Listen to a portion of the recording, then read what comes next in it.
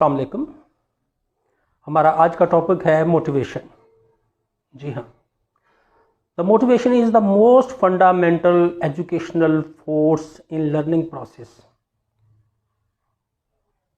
जी हाँ, कहा जाता है by putting aside everything, curriculum, methodology, techniques, strategy etcetera, but just take up one thing that is called motivation. Motivation को थोड़ा सा हम डिफाइन करेंगे। 2004 में मैंगल ने बड़ी इसकी कंप्रीहेंसिव डेफिनेशन दी थी। वो क्या है? Motivation is something that prompts, compels and energizes an individual to act and behave in a particular manner at a particular time for the specific purpose। यानी मोटिवेशन वो चीज़ है, वो प्रोसेस है जो भी किसी भी इंडिविजुअल के अंदर, किसी भी स्टूडेंट के अंदर तेज़ी लाता है, इल्म हासिल करने पर मजबूर करता है और उसको तवानाई बाहम पहुंचाता है। अगर देखा जाए तो इसकी दो किस्में हैं। एक है एक्सट्रिंसिक मोटिवेशन और दूसरा है इंट्रिंसिक मोटिवेशन। एक्सट्रिंसिक मोटिवेशन को हम एक्सटर्नल मोटिवेशन भी कहते हैं। It is totally based on reward and punishment. ये दो एक्सटर्नल फैक्टर पे डिपेंड करती है, रिवार्ड और पनिशमेंट। ये टेम्परेरी होती है। जब ये एक्सटर्नल फैक्टर हटा लिए जाते हैं तो ये ऑटोमेटिकली जो है ना वो ख़त्म हो जाती है या कम हो जाती है। जबकि दूसरी तरफ जो है वो इंट्रिंसिक मोटिवेशन जो है, जिसे हम इंटरनल मोटिवेशन कहते हैं, achieving the goal is itself its reward. There is no need of any type of reward and punishment for this. Internal motivation के लिए किसी तहरीक की ज़रूरत नहीं है, बल्कि बज़ाते खुद जब बच्चा अचीवमेंट हासिल करता रहता है तो खुद ही उसके अंदर जो है ना वो खुशियाँ जो है ना वो इंस्टिल होनी शुरू हो जाती है और वो उसमें तहरीक पैदा होती है आगे बढ़ने की। अब हम थोड़ा सा इसके जो अप्रोचेस पे बात करते हैं। अगर मोटिवेशन की तो बहुत सारी अप्रोचेस हैं, लेकिन वो अप्रोचेस जो कि तालीमी इदारों में इस्तेमाल की जा सकती हैं, उनमें चार बड़ी अहम है।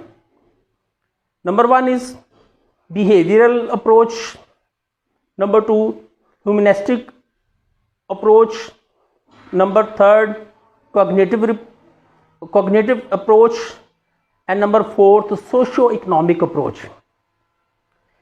बिहेवियरल अप्रोच जो थी ये स्किनर ने दी थी और इसने दो एक्सटर्नल फैक्टर को फोकस किया था, रिवार्ड एंड पनिशमेंट को। वो कहा था कि अगर जो रिवार्ड और पनिशमेंट से जो आप इसका ये जो एक्सटर्नल मोटिवेशन है that is directly proportional to reward and punishment. आप इसको बढ़ाते जाएंगे ये बढ़ती जाएगी, कम करते जाएंगे ये कम होती जाएगी। दूसरे नंबर पे है ह्यूमनिस्टिक अप्रोच। ये मैस्लो ने ये थ्योरी दी थी। इसके मुताबिक ह्यूमन नीड्स होती हैं, ये ह्यूमन नीड्स को फोकस करती है। कहा जाता है अगर क्लासरूम एप्लीकेशन, स्कूल में इसकी एप्लीकेशन करनी है कि the educational process should know all the needs inside and outside the classroom. यानी क्लासरूम के अंदर और क्लासरूम के बाहर उस बच्चे की जो ज़रूरियात हैं उसको मद्देनजर रखती हैं। बच्चे की ज़रूरियात क्या हैं? बच्चे का इंटरेस्ट है, बच्चे की फिजिकल फैसिलिटीज़ हैं, बच्चे को वो माहौल चाहिए जिसके लिए वो आसानी से एडजस्ट हो सके अपनी दिलचस्पियों के मुताबिक। तीसरी अप्रोच है कॉग्निटिव अप्रोच है, जिसको एटकिंसन और वीनर ने जो है ना वो पेश किया था। इसके मुताबिक क्या है कि बच्चा अपनी जहनी सलाहियतों के मुताबिक सीखता है। बच्चे को सिखाते हुए उसकी जो मेंटल एट्रीब्यूट जो हैं उनको भी मद्देनजर रखा जाए। अगर हर चीज़ बच्चे की जहनी सलाहियत के मुताबिक जो है ना उसको पेश किया जाए तो उसके लिए बड़ा आसान होता है इल्म हासिल करना।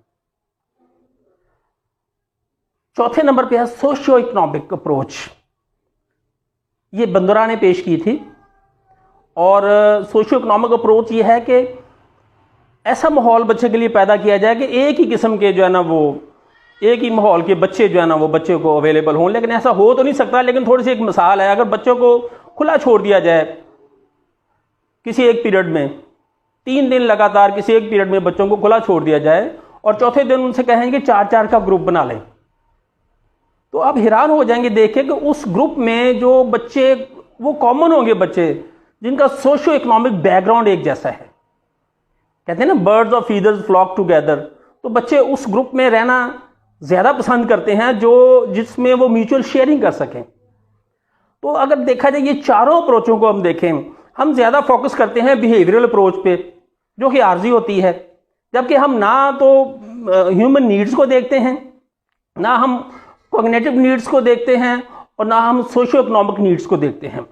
तो ज़रूरत इस बात की है कि अदारे के अंदर, क्लासरूम के अंदर इस तरीके का प्रोसेस, एजुकेशनल प्रोसेस डेवलप किया जाए कि बच्चे की तमाम नीड्स पूरी हो जाएं और ये चारों की चारों अप्रोचेस जो है ना वो अच्छे तरीके जो बच्चे में जो है ना वो एक वल्वला और जज्बा पैदा करें आगे बढ़ने का।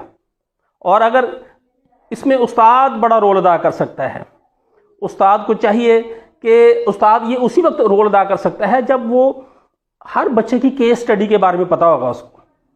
तो ये ज़रूरी तो नहीं है कि तमाम स्कूल में, क्लास में तमाम एक ही किस्म के सोशो इकोनॉमिक स्टेटस के बच्चे जो है ना वो बैकग्राउंड के बच्चे आ जाएं। बच्चे मुख्तलिफ होते हैं, वो एक जैसे तो हो ही नहीं सकते, लेकिन कम से कम स्कूल में ऐसी एक्टिविटीज़ ना हो जिससे दूसरे बच्चे जो है ना वो डिसहार्ट हों। लिहाजा किसी भी तालीमी इदारे में जो बच्चों को मुतहर्रिक करने के लिए, उनके अंदर मोटिवेशन पैदा करने के लिए ये चारों तहरीक्स का जो है ना वो चारों अप्रोचेस का होना जो है ना वो बहुत ज़रूरी है। उसमें जो वाहद जो अप्रोच है जो जिसे हम बिहेवियरल अप्रोच कहते हैं, ये एक्सटर्नल है, आर्जी है। बाकी जो तीनों अप्रोचेस हैं जो वो एक्सट्रिंसिक है, वो इंटरनल हैं, वो देरपा होती हैं।